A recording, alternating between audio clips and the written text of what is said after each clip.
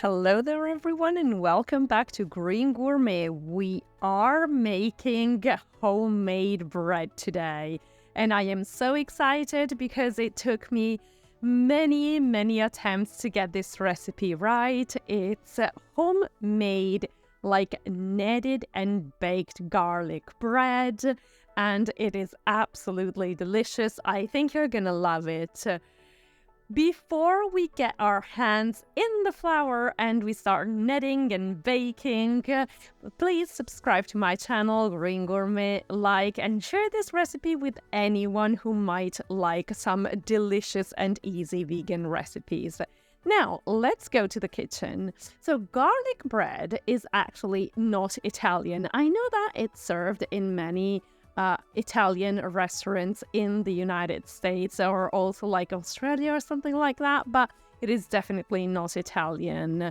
However, I really love it, and I make my own garlic bread. So this is not the version where you get the baguette or any kind of bread and then you spread something on it.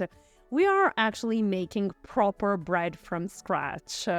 The first thing is that I use, let's say, lukewarm water where I put my yeast inside with a little bit of rice malt. You can use sugar if you want to activate the yeast, but I prefer the malt because in bread in Italy, we really use rice malt. It gives that nice, like oven-baked taste that bread should normally have. And here I am using a dough mixer because it's faster and easier, of course, but you don't need it. This is something that if you want, you can knead by hand. It takes 10 minutes. It's not too complicated. Then while our first let's say dough is resting, it'll take a couple of hours for the first raise. We move on to preparing the filling. And in the filling, I use plenty of herbs, like 8 to 9 spoons of mixed herbs, rosemary, thyme, sage, parsley, all sorts of herbs that you prefer, and I use 8 cloves of garlic. I know it's a lot, but we're making garlic bread, so we gotta mean it. But if you don't like that much garlic, you can use slightly less. I think that 8 cloves of garlic for this recipe is the perfect balance because it'll taste like garlic, but it's not overdoing it in terms of the balance of the flavors in this bread. Then once the first raise is done, stretch out the dough into a rectangle, approximately 35 and 20. So 35 long and 20 centimeters wide. You stretch it out and then you spread all the butter and herbs and garlic goodness on it evenly. Just spread it out, and once you're done spreading it out, the idea is that you start rolling it from the longer side. I actually help myself with the parchment paper because you know that the dough has raised correctly and is perfect because it is slightly sticky, just slightly sticky. It doesn't have to stick to the parchment paper, but it's slightly sticky. So using the parchment paper is going to help you roll it nice and tight because you have to try and roll it as tight as you can.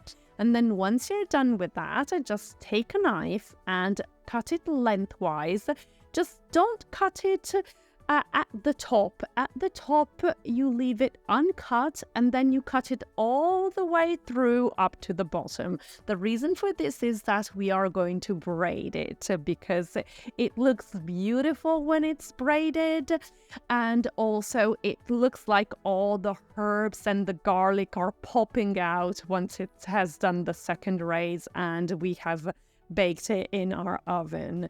And again, make sure you braid it fairly tightly as you can, and then just tuck it underneath on both sides. Just fix it here and there to make sure that you're braided straight and perfect, and all the garlic and the herbs, the buttery mixture is very well visible. This is what it's gonna look like after some baking, and some wait, but the wait is definitely worthwhile. It looks like it's gonna feed 1,000,000 people, but trust me, it's just going to go very, very fast because you're never going to want to stop. It's just so delicious. You can eat it with a salad, you can eat it with vegetables, with anything you like. It's an explosion of flavors. It's al bacio, and I really hope you're going to enjoy this recipe just as much as I do because it's homemade, delicious bread. If you don't try it, you're missing out.